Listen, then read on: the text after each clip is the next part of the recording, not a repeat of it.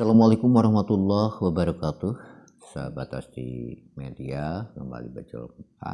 Tentu saja masih bersama Abi dan Umi ya. Dimana setiap subuh ya, insya Allah kita akan ngobrol santai keluarga.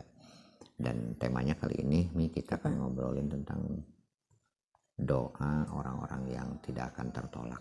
Jadi doa siapa saja yang doanya langsung akan dikabulkan Allah Subhanahu wa taala. Namun sebelumnya seperti biasa kita akan memuji Allah dulu ya dengan ucapan alhamdulillahirabbil alamin dan juga bersolawat kepada baginda Rasulullah Shallallahu alaihi wasallam dengan harapan kita mendapatkan ridha Allah dan juga mendapatkan syafaat Rasulullah Shallallahu alaihi wasallam dan juga diakui sebagai umat beliau ya. Bismillahirrahmanirrahim. Allahumma sholli ala Sayyidina Muhammad wa ala ali Sayyidina Muhammad kama sholaita ala Sayyidina Ibrahim wa ala ali Sayyidina Ibrahim wa barik ala Sayyidina Muhammad wa ala ali Sayyidina Muhammad kama barakta ala Sayyidina Ibrahim wa ala ali Sayyidina Ibrahim fil alamin innaka Hamidum Majid.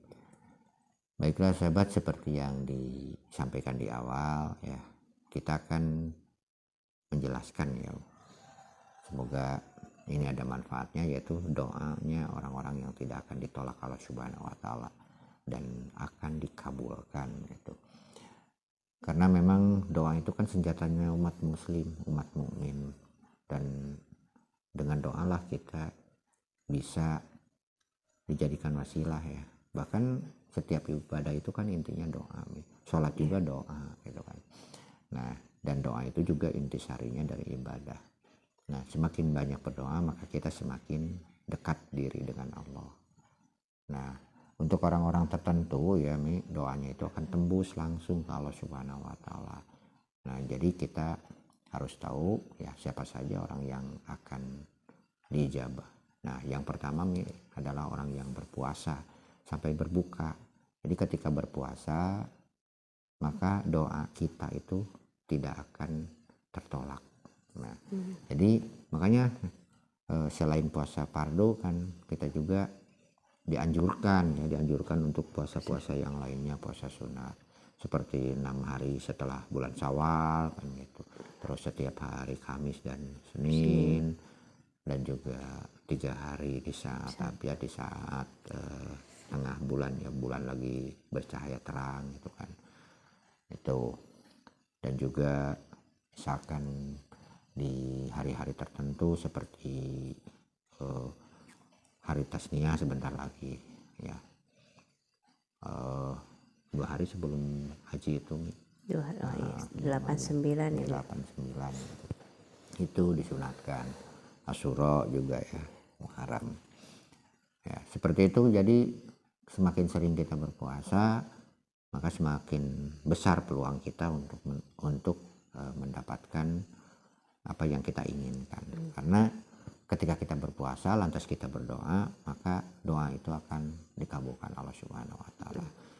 Makanya jadi setiap tahun itu kan ya, kalau misalkan kita punya keinginan, punya cita-cita, nah kesempatan bulan puasa itu perbanyak berdoa, karena memang doa kita tidak akan ditolak ya, tentu saja selama kita juga menjaga adab-adab berdoa, terus juga menjaga perut ya, jangan sampai dimasuki barang-barang yang haram gitu, karena memang itu akan menjadi penghalang tertolaknya doa ya.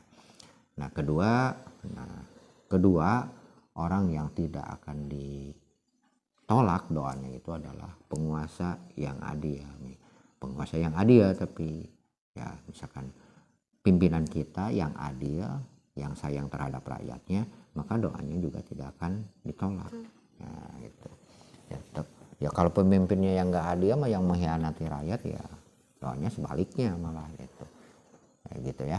Jadi ketika jadi pimpinan itu kesempatan. Nah, cuman ya, yang sekarang itu kan terbalik nih. Jadi kalau zaman dulu, zaman para sahabat ketika terpilih menjadi pimpinan itu bukan alhamdulillah, tapi innalillah, karena mereka berpikir tentang tanggung jawabnya, bukan gajinya, bukan keuntungannya. Kalau sekarang malah terbalik nih, aneh-aneh gitu, aneh-aneh teman-teman sebenarnya.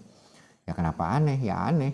Ya mendapatkan amanah yang berat malah bersyukur. Banyak yang syukuran dikarenakan terpilih, bukan terpilih sih sebenarnya untuk saat ini, sengaja mencalonkan diri gitu loh. Beda kan, kalau terpilih dipilih itu beda. Kalau dipilih itu kadang-kadang orangnya juga tidak mau gitu. Tapi karena memang tidak ada yang terbaik ya. Karena ketika misalkan di sini misalkan ada kelompok tertentu ya.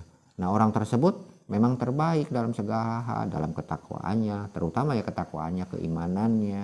Seperti Sayyidina Abu Bakar kan terpilih menjadi khalifah pertama kali karena memang Sayyidina Abu Bakar kan dalam hal keimanan sudah tidak diragukan lagi oleh Rasulullah dan mendapat gelar As-Siddiq ya. Bahkan ketika ditimbang iman kita seluruh dunia ini dengan imannya Abu Bakar, masih berat imannya Abu Bakar.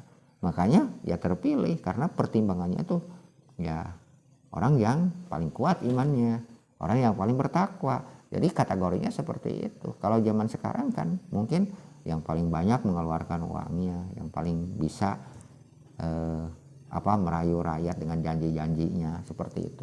Ya pokoknya lah bertolak belakang nih. Gitu. Jadi pimpinan zaman sekarang dengan pimpinan zaman Rasulullah itu ya sangat jauh ya, dengan para sahabat ya. Nah, jadi pimpinan yang adil itu kalau berdoa itu tembus langsung nih gitu. Jadi dijabah oleh Allah Subhanahu wa taala. Jadi hati-hati terhadap pimpinan yang adil gitu. Nah, untuk zaman sekarang atau adil atau enggak ya, mudah-mudahan lah pada adil gitu. Ya cuman cara pemilihannya ya jauh berbeda dengan zaman sahabat gitu. Kalau zaman sahabat kan justru innalillah dan merasa takut, bahkan tidak memperkaya diri. Justru pernah seperti contohnya Sayyidina Umar ya, ketika bertemu sedangkan kalau Sayyidina Umar itu kalau misalkan malam itu keliling nih tanpa diketahui rakyatnya, keliling. Suatu hari kan bertemu dengan siapa? Dengan menemukan seorang wanita ya, seorang ibu yang sedang memasak. Nah, terus masuk Sayyidina Umar. Ya, Sayyidina Umar pas ditunggu-tunggu masakannya kok nggak matang-matang gitu kan.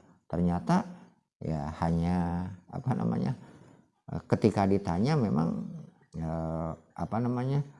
cerita si ibu itu bahwa sebenarnya ini nggak bakal matang-matang gitu. Kenapa Bu? Karena yang dimasak itu batu gitu kan.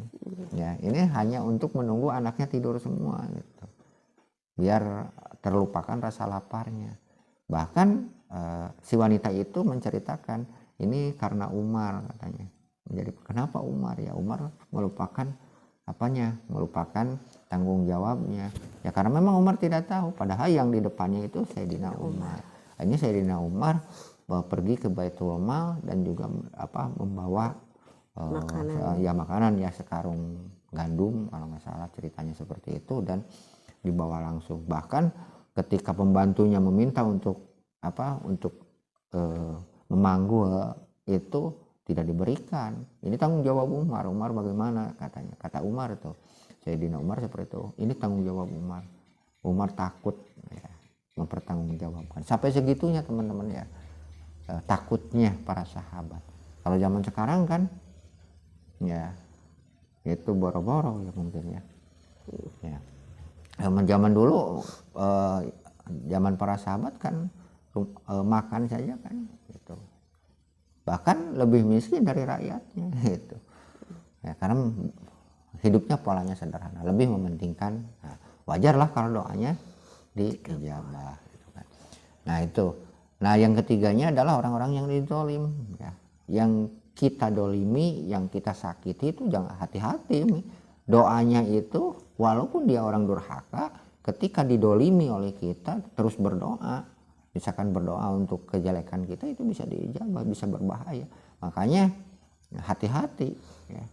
Pada dasarnya jadi ketika kita mendolimi orang lain, pada dasarnya kita sedang dolim kepada diri sendiri, bukan kepada orang lain gitu. Nah ketika itu berdoa, orang itu berdoa, bahaya. Itu bisa berbahaya karena doanya itu tidak tertolak ya. Misalkan makanya hati-hati juga ketika menjadi pimpinan terus rakyatnya merasa terdolimi, terus ya punya berdoa yang enggak gitu, bisa berbahaya gitu. Nah, makanya zaman sekarang tuh harus hati-hati ya. Jadi kita simpulkan obrolan kita hari ini ya, orang-orang yang yang tidak tertolak doanya atau yang akan dikabulkan langsung Allah dan langsung terangkat doanya ke langit adalah orang yang pertama adalah orang yang sedang berpuasa sampai berbuka, kedua pimpinan yang adil, dan yang ketiganya adalah orang yang terdolimi. Nah, jadi itulah diantara doa-doa. Nah, ketika kita tidak termasuk yang itu, ya kita berpuasa tidak, ya gitu ya.